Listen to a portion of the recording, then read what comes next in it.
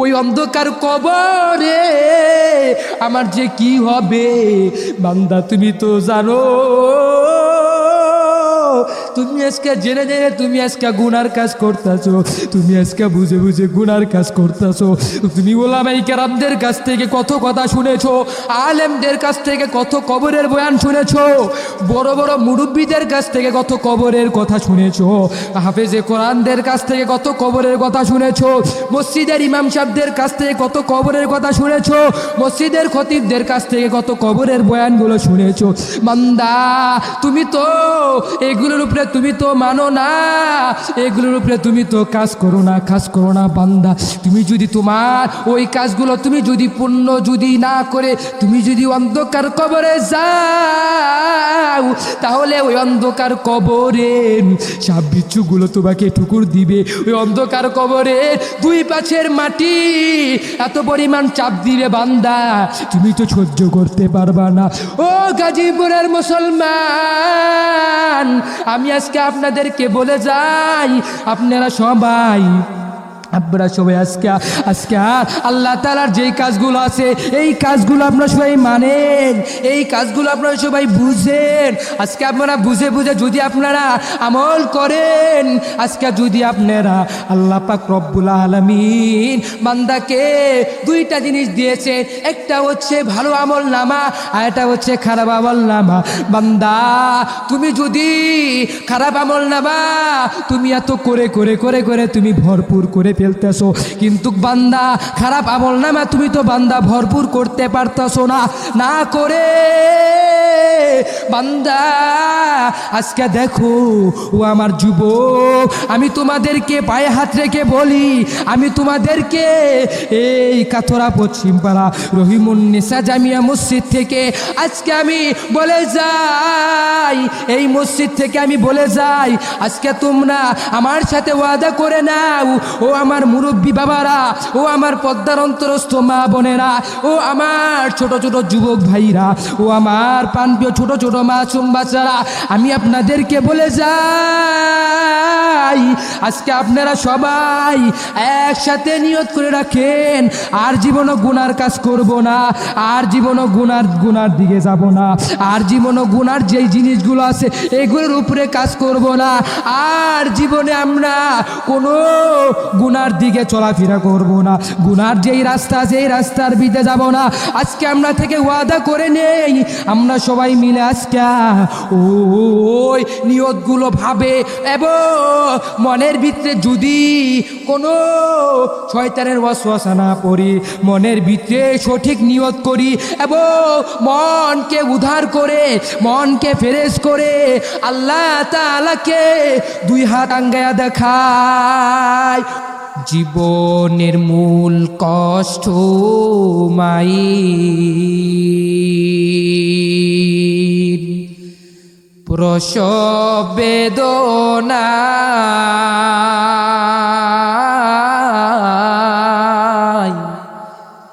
সাত আসমান সাত জমিন তখন মায়েরই মাথায়। জীবনের মূল কষ্ট মায়ের প্রসব বেদনা,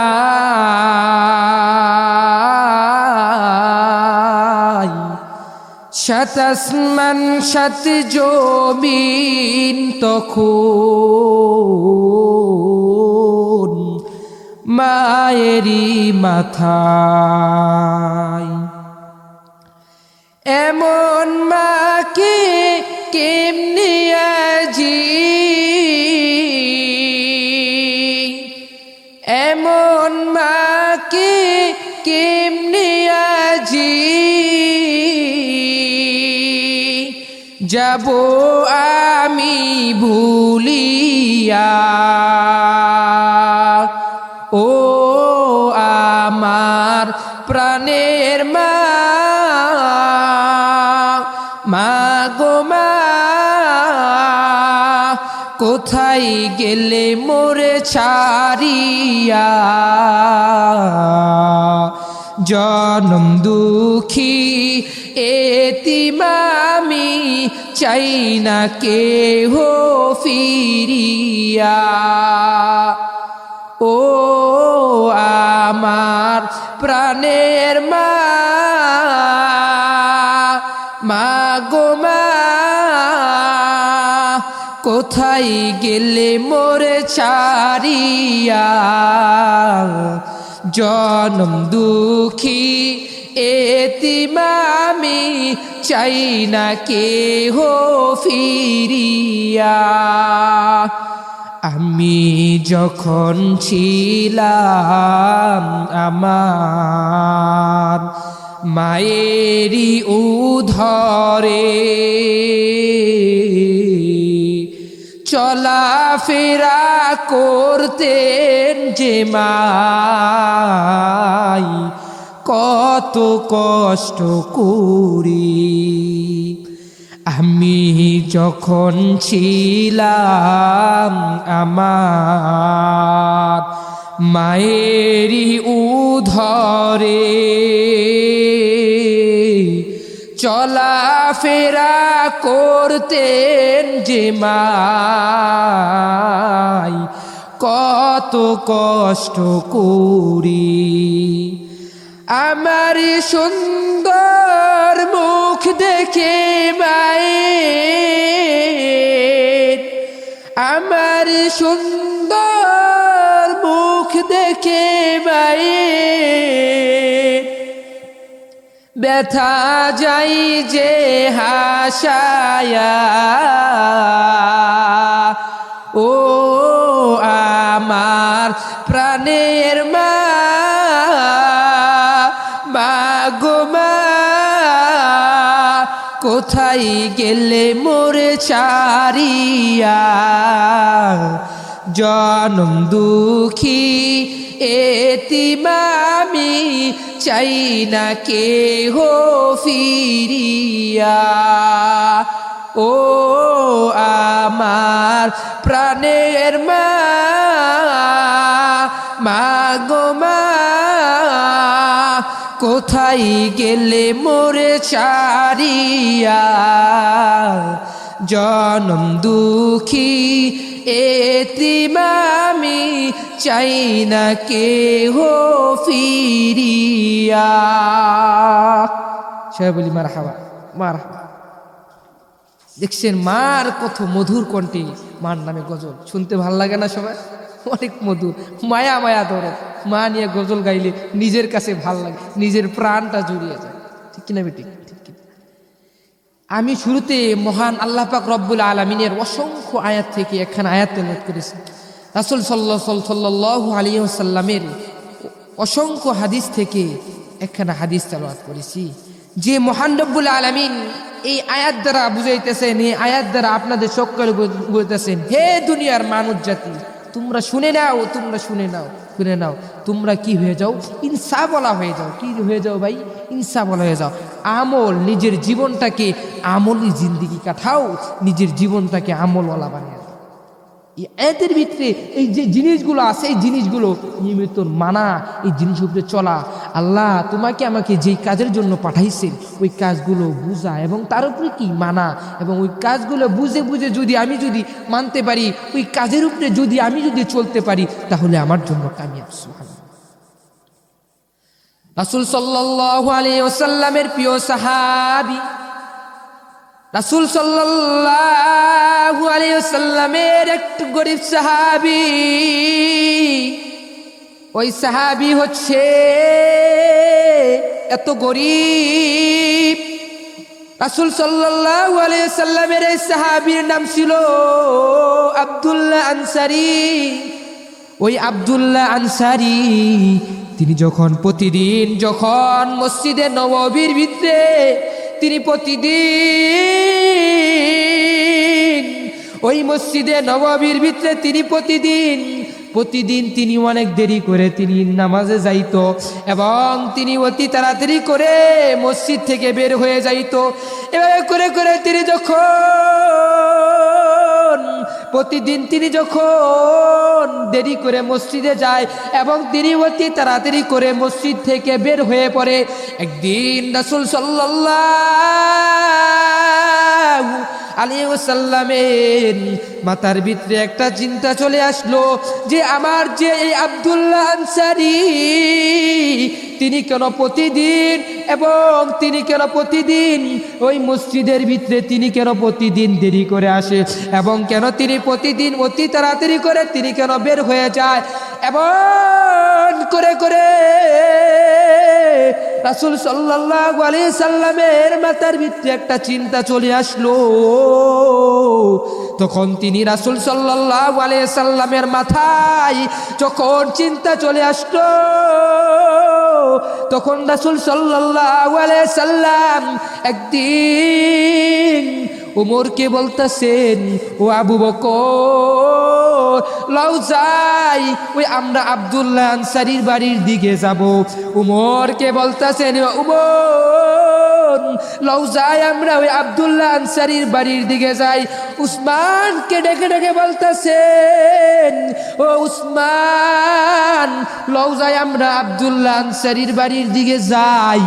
তখন তারা যখন গেল এবং সাহাবীদেরকে নিয়ে নবী করিম সাল্লাল্লাহু আলাইহি সাল্লাম যখন আব্দুল্লাহ আনসারীর বাড়ির দিকে যখন গেল, যাওয়ার পর আব্দুল্লাহ আনসারী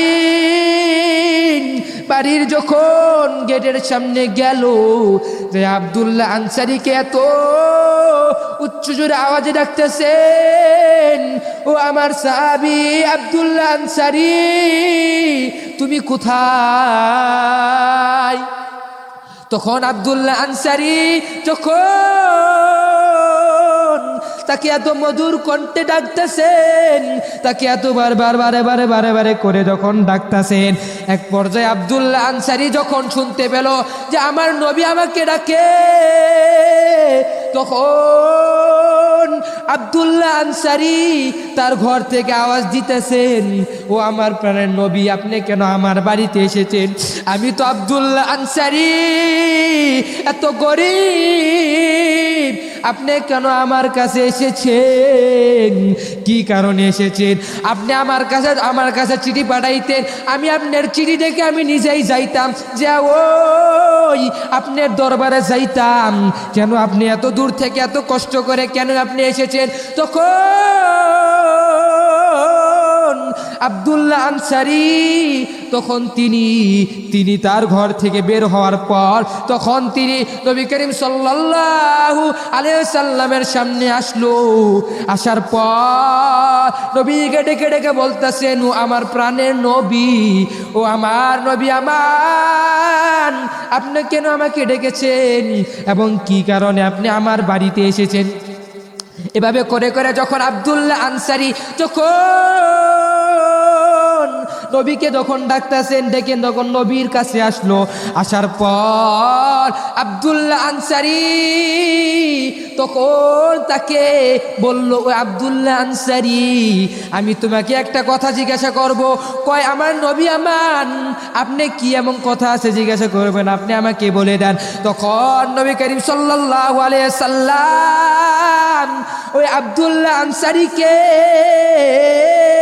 ডেকে নিয়ে এবং আব্দুল্লাহ আনসারী এবং আবু বকরকে একসাথে খাড়া করাইয়া, উমরকে একসাথে খাড়া করাইয়া, উসমানকে একসাথে খাড়া করাইয়া তখন আব্দুল্লাহ আনসারীকে এক সাইডে নিয়ে আব্দুল্লাহ আনসারীর কাছে বলতেছেন, ও আমার সাহাবী আব্দুল্লাহ আনসারী, আমি তোমাকে প্রতিদিন দেখি, তুমি প্রতিদিন ওই মসজিদের ভিতরে তুমি কেন প্রতিদিন দেরি করে যাও এবং কেন তুমি অতি তাড়াতাড়ি করে কেন তুমি মসজিদ থেকে বের হয়ে যাও?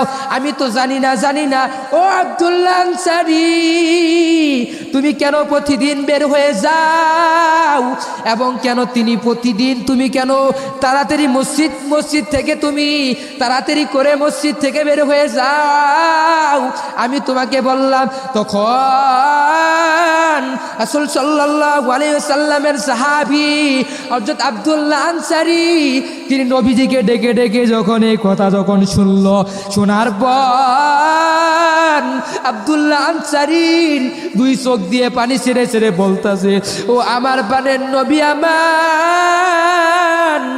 ও আমার নবী আমার, আমি কেন প্রতিদিন দেরি করে মসজিদে যাই এবং কেন আমি প্রতিদিন অতি তাড়াতাড়ি করে কেন আমি মসজিদ থেকে বের হয়ে যাই?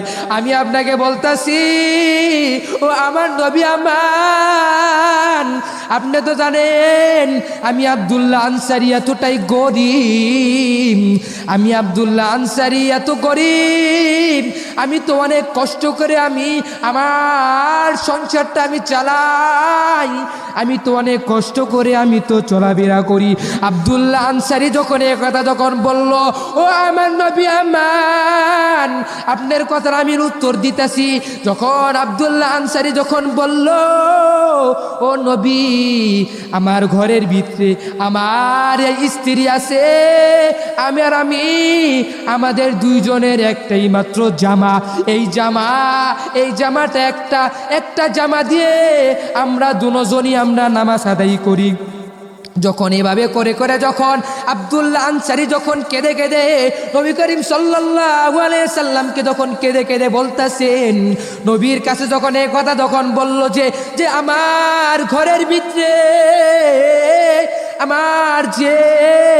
আমার যে স্ত্রী আছে, ওই স্ত্রী এবং আমি, আমাদের দুইজনের থেকে একটাই মাত্র জামা, এই জামা দিয়ে আমি আব্দুল্লাহ আনসারী নিজেও নামাজ পড়ি এবং আমি আব্দুল্লাহ আনসারী যে স্ত্রী আছে স্ত্রীটাও নামাজ পড়ে।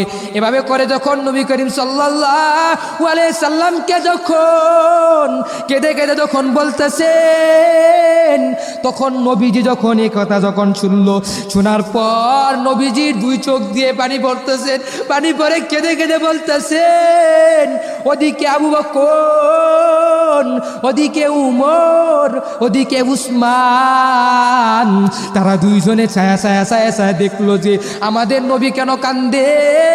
ও নবী করিম সাল্লাল্লাহু আলাইহি সাল্লামের কাছে যখন গেল যে, ও আল্লাহ রাসূল, আপনি কেন কাঁদতেছেন? আবু বকর যখন জিজ্ঞাসা করলো, ও আল্লাহ রাসূল, আপনার চোখ দিয়ে কেন পানি? আমি তো আবু বকর সহ্য করতে পারি না, আমি তো উমর সহ্য করতে পারি না, আমি তো উসমান তো সহ্য করতে পারি না। যখন এই কথা যখন বলল, আবু বকর যখন বলতেছে, ও আমার নবী আমার, যখন আপনার কাছে যখন 39 জন মানুষ যখন মুসলমান হইল, আমি আবু বকর যখন আপনার কাছে যখন মুসলমান হইলাম, হওয়ার পর আমি ওই মক্কাতে আমি গিয়েছিলাম, ওই মক্কাতে আমি কালিমার দাওয়াত দেওয়ার জন্য আমি নিজে আবু বকর আপনার কাছে বলতেছিলাম। আপনি তো জানেন যে ওই ইহুদিরা আমার উপরে কত জুলুম অত্যাচার করেছেন, ওই বৌদ্ধরা খ্রিস্টানরা ওই ইহুদিরা আমার উপরে কত চাপ সৃষ্টি করেছেন। আপনি তো জানেন যে আমি যে আপনার যে সাহাবী আবু বকর, এই আবু বকরের কি অবস্থা হয়েছিল, ও নবী আমার, আপনি তো জানেন। উমর ডেকে ডেকে বলতেছেন, ও নবী আমার, আমি উমর যখন আপনার গর্দানটা নেওয়ার জন্য আসতেছিলাম, যখন আপনার চেহারা ডেকে ডেকে আমি উমর নিজে আমি কালিমা পড়লাম, কালিমা পড়ে পড়ে আমি উমর নিজেই আপনার দ্বারা মুসলমান হয়ে গেলাম। এভাবে করে করে উসমান বলল, ওই দিকে আমার নবী আমার, যখন এভাবে করে করে যখন তারা যে বলার পর আমার নবী আমার দেখলো যে ওই দিকে অনেক দূরে একটা খেজুর গাছ, ওই খেজুর গাছে দুইটা সন্তান বেঁধে রেখেছে কে?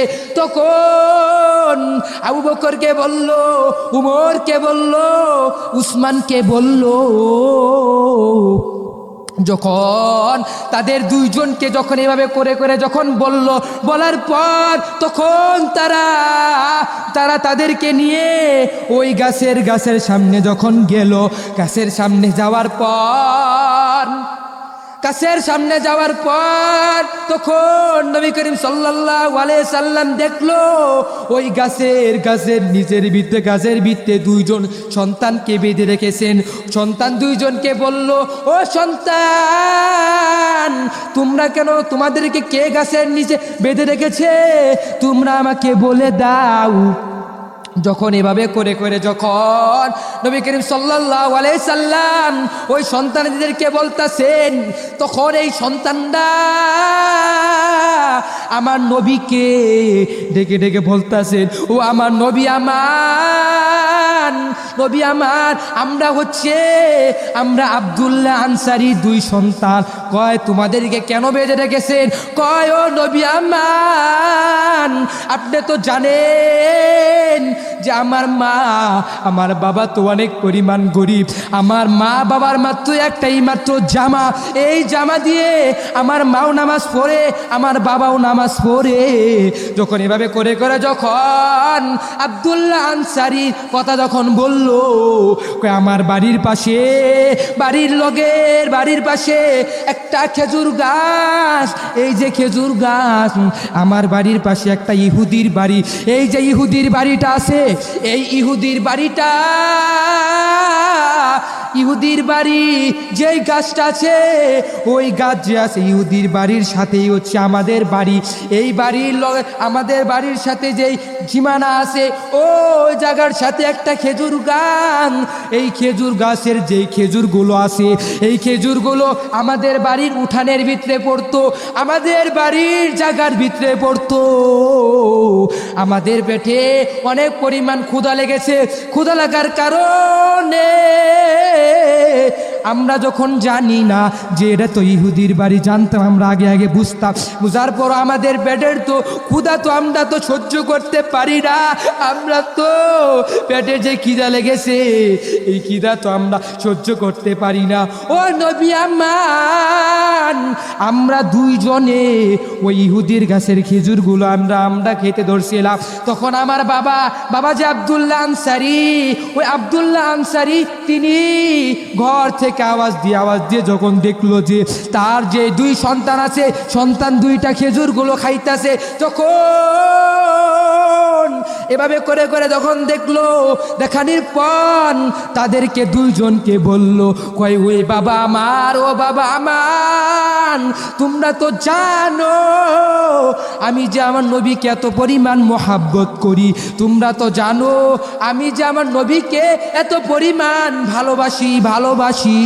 তোমরা জানো যে তোমাদের বাড়ির পাশে হচ্ছে ইহুদির বাড়ি, এই ইহুদির বাড়ির গাছের খেজুর যদি তোমরা খাও, ওই খেজুর খেয়ে তোমরা যদি আমার জন্য দোয়া করো, আর তোমরা যদি ইহুদির গাছের খেজুর খায়া তোমরা যদি নামাজ পড়ো, তোমরা যদি রোজা রাখো, তোমরা যদি হজ করো, তাহলে তোমরা যদি ওই ইহুদির গাছের খেজুর খায়া যদি আমার জন্য দোয়া করো, তাহলে তো ওই দোয়া তো কোনো সময় কবুল হবে না। যখন এ কথা যখন বলার পর তাদের দুইজনকে যখন এ কথা বলার পর আমার বাবাটা গাছের নিচে আমাকে বেঁধে রেখেছে, তখন নবী করিম সাল্লাল্লাহু আলাইহি সাল্লাম যখন এই কথাটা শোনার পর নবী করিম সাল্লাল্লাহু আলাইহি সাল্লাম যখন তিনি কেঁদে কেঁদে বলতেছেন, ও আমার সাহাবায়ে কেরাম, তোমরা শুনে রাখো, আমি তোমাদেরকে বলে রাখি, আজকে যে এই যে খেজুর গাছটা আছে, এই খেজুর গাছটা কে কিনবা তোমাদের মধ্যে থেকে কেউ এই খেজুর গাছটা কিনে আমাকে দেখাই।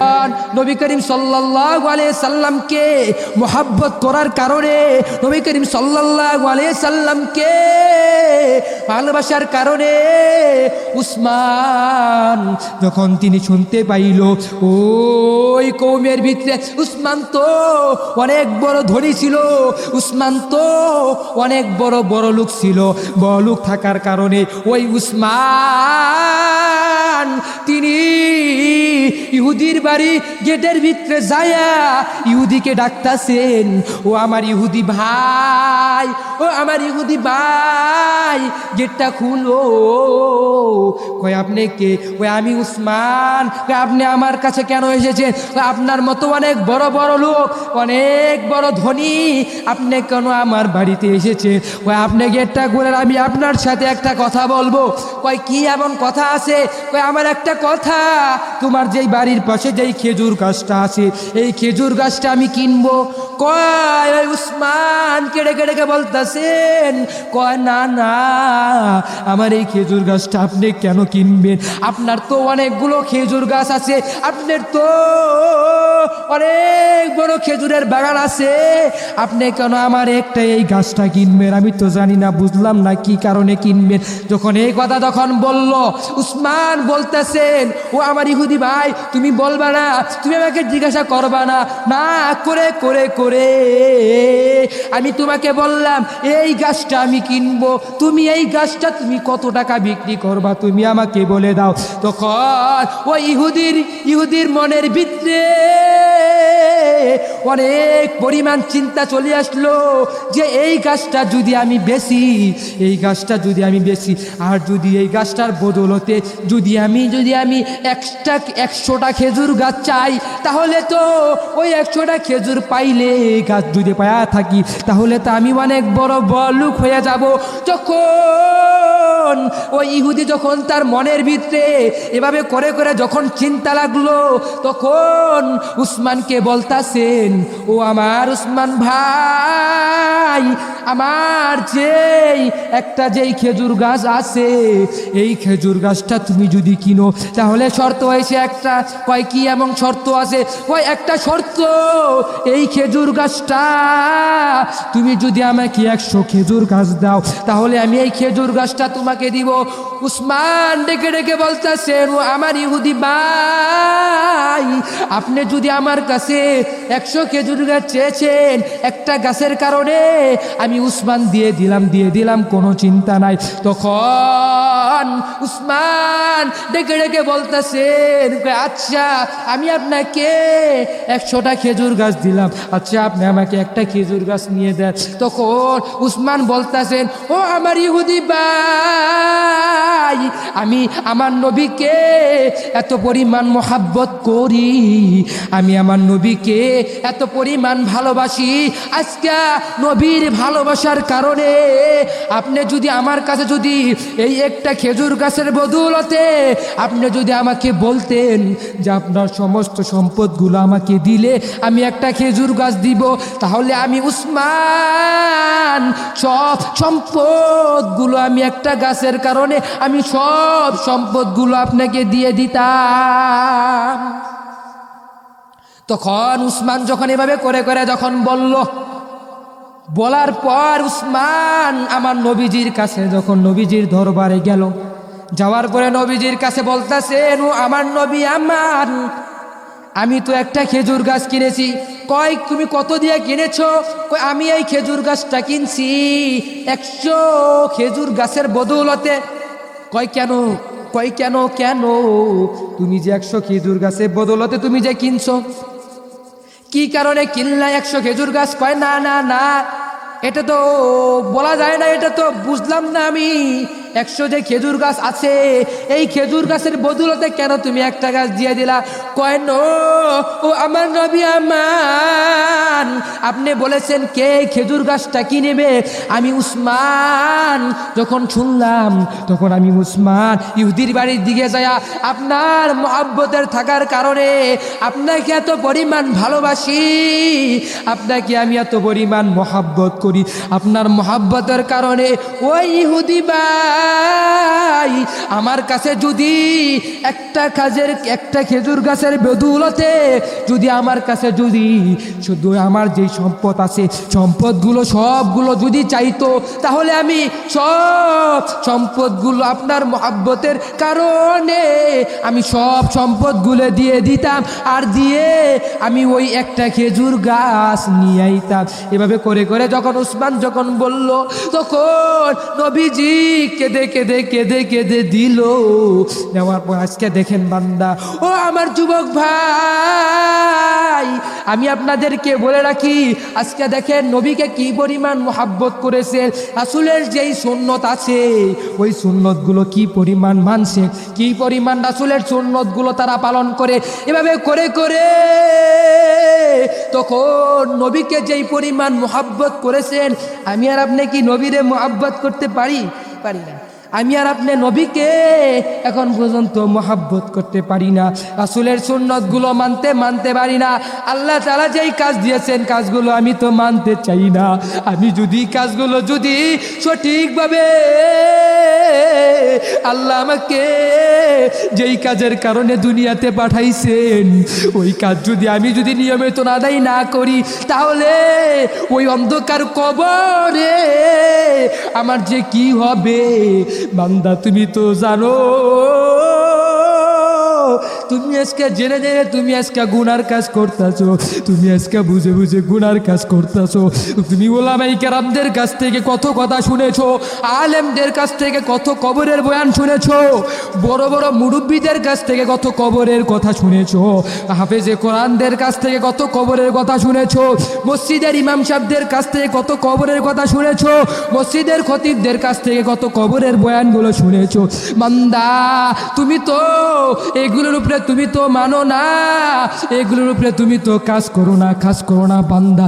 তুমি যদি তোমার ওই কাজগুলো তুমি যদি পূর্ণ যদি না করে তুমি যদি অন্ধকার কবরে যাও, তাহলে ওই অন্ধকার কবরে সাপ বিচ্ছুগুলো তোমাকে ঠুকুর দিবে। ওই অন্ধকার কবরে দুই পাশের মাটি এত পরিমাণ চাপ দিবে বান্দা, তুমি তো সহ্য করতে পারবা না। ও গাজীপুরের মুসলমান, আমি আজকে আপনাদেরকে বলে যাই, আপনারা সবাই আজকে আল্লাহ তাআলার যেই কাজগুলো আছে এই কাজগুলো আপনারা সবাই মানেন, এই কাজগুলো আপনারা সবাই বুঝেন।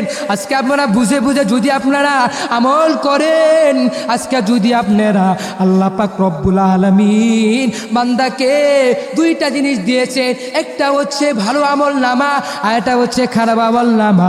বান্দা তুমি যদি খারাপ আমল নামা তুমি এত করে করে করে করে তুমি ভরপুর করে ফেলতেছো, কিন্তু বান্দা খারাপ আমল নামা তুমি তো বান্দা ভরপুর করতে পারতেছো না।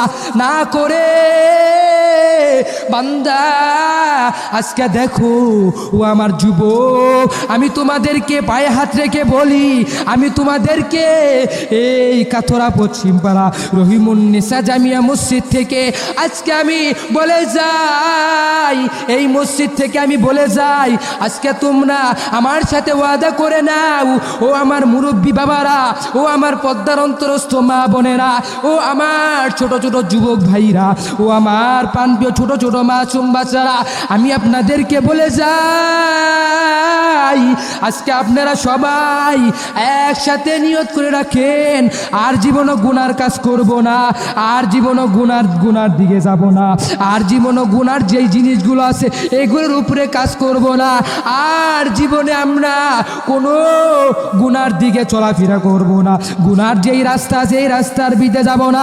আজকে আমরা থেকে ওয়াদা করে নেই, আমরা সবাই মিলে আজকে ওই নিয়তগুলো ভাবে এবং মনের ভিতরে যদি কোনো শয়তানের ওয়াসওয়াসা না পড়ি, মনের ভিতরে সঠিক নিয়ত করি এবং মনকে উদ্ধার করে মনকে ফ্রেশ করে আল্লাহ তাআলাকে দুই হাত আঙ্গায়া দেখায়, ও আমার রব্বুল আলামিন আল্লাহ, আমরা তো গুনাহগার আল্লাহ, আমরা তো গুনাহ করতে ভালোবাসি আল্লাহ, তুমি তো মাফ করতে ভালোবাসো আল্লাহ। আল্লাহ গুনার দিকে তাকাইলে এত পরিমাণ গুনাহ, সওয়াবের দিকে তাকাইলে এক ইঞ্চি পরিমাণ কোনো প্রকার সওয়াব নাই। আজকে আল্লাহ আমরা আজকে আল্লাহ এই কাথরা পশ্চিমপাড়া থেকে রহিমুন্নেসা জামিয়া মসজিদ থেকে আমরা আজকে আমরা ওয়াদা করলাম রে আল্লাহ, আর জীবনও আমরা গুনার কাজ করব না আল্লাহ। আল্লাহ আর জীবনও আমরা নামাজ ছাড়বো না, আর জীবন আমরা রোজা ছাড়বো না, আর জীবন জীবন আমরা হজ করা ছাড়বো না, আর জীবন আমরা গুনার কাজ করব না, আর জীবন আমরা গুনার দিকে যাব না, আর জীবন আমরা গুনার দিকে তাকাবো না। ও আল্লাহ, তুমি আমাদেরকে আমলে জিন্দেগি দান করো। ও আল্লাহ, তুমি আমাদেরকে আমলওয়ালা বুঝ দান করো। ও আল্লাহ, তুমি আমাদেরকে আমলের দিনের পথে চলার তৌফিক দান করো। আল্লাহ, আজকে থেকে ওয়াদা করে নিলাম আল্লাহ, আমাদের ছোটকাল থেকে এই পর্যন্ত আল্লাহ যেই গুনার কাজ করেছি আল্লাহ, এই গুনার কাজ থেকে আমাদেরকে বেঁচে থাকার তৌফিক দান করো। আল্লাহ, আল্লাহ আমাদেরকে গুনাহ মুক্ত জিন্দেগি দান করো। আল্লাহ, আল্লাহ গুনাহ মুক্ত আল্লাহ জিন্দেগি দান করিয়া দাও আল্লাহ। আর জীবন আল্লাহ গুনার কাজ করব না আল্লাহ। আমাদের সকলকে একসাথে মিলে মিশে আল্লাহ চলার মতো তৌফিক দান করিয়া দাও। আমিন আমিন ওয়ালহামদুলিল্লাহি রাব্বিল আলামিন। যেই কথাগুলো বললাম, এই কথার উপরে যদি আমরা আমল করি এবং যদি এই কথার উপরে যদি আমরা চলাফেরা করি তাহলে অনেক ফায়দা, এবং এই কথার উপরে যদি আমরা বুঝে কাজ করি তখন অনেক লাভ। যেই কথা উপরে যদি আমরা দিনের পথে ছোট আমলগুলো করি, ছোট আমলগুলো করে আমরা নিজের জীবন চালাই। হ্যাঁ, ও আমার মুরব্বী বাবারা, আজকে জানি তোমাদের নামাজ পড়তে কষ্ট লাগবে, শীতকালে উজু করতে কষ্ট লাগবে। বাবারা, আমি তোমাদেরকে পায়ে হাত রেখে বলি, বাবা তোমরা আর গুনার কাছে যাও না, বাবা তোমরা আর গুনার দিকে যাও না। ও আমার যুবক, আমি তোমাদেরকে বলি, যুবক তোমরা রাত্রেবেলা কানের হেডফোন লাগায় তোমরা গান শুনতে ঘুমাও, তোমরা গুনার কাজ করো না। যুবক, তোমরা গুনার দিকে যাও না। ও আমার ছোট মাসুম বাচ্চারা, আমি তোমাদেরকে বলে রাখি, তোমরা আর জীবনও গুনার কাজ করো না। ও আমার পদ্মরন্ত্রস্থ মা বোনেরা, আমি আপনাদেরকেও বলে রাখি আপনারা সবাই গুনার দিকে যায়েন না, গুনার কাজগুলো করেন না। যদি আপনারা গুনার কাজ করেন তাহলে অন্ধকার কবরে কি আযাব হবে বান্দা আপনারা জানেন। তুমি রমজান এলেই রাখো না রোজা, দিনকে করো আঘাত, পয়সা গুরির নেই তো অভাব, দেও না তো যাকাত। তুমি রমজান এলেই রাখো না রোজা, দিনকে করো আঘাত, পয়সা গুরির নেই তো অভাব, দেও না তো যাকাত। তুমি ইমানদারির বড়াই করো, নেই তোমার ইমান, ইমানদারির বড়াই করো, নেই তোমার ইমান। তুমি কেমন মুসলমান, তুমি কেমন মুসলমান, কেমন মুসলমান, তুমি কেমন মুসলমান। তুমি নবীর উম্মত দাবি করো, সুন্নাহ মানো না, নবীর অপমানে তোমার হৃদয় কাঁদে না, ঠিক কিনা? তুমি নবীর উম্মত দাবি করো, সুন্নাহ মানো না, নবীর অপমানে তোমার হৃদয় কাঁদে না। তুমি বিজাতীয় সংস্কৃতিতে ছপেছো পরাণ, বিজাতীয় সংস্কৃতিতে ছপেছো পরাণ। তুমি কেমন মুসলমান, তুমি কেমন মুসলমান, কেমন মুসলমান, তুমি কেমন মুসলমান। তুমি সুদের টাকাই পাসাদ করো, ঘুষ ছাড়ো না, দিন দুঃখীরা না খেয়ে মরে খবর রাখো না। তুমি সুদের টাকাই পাসাদ করো, ঘুষ ছাড়ো না, দিন দুঃখীরা না খেয়ে মরে খবর রাখো না।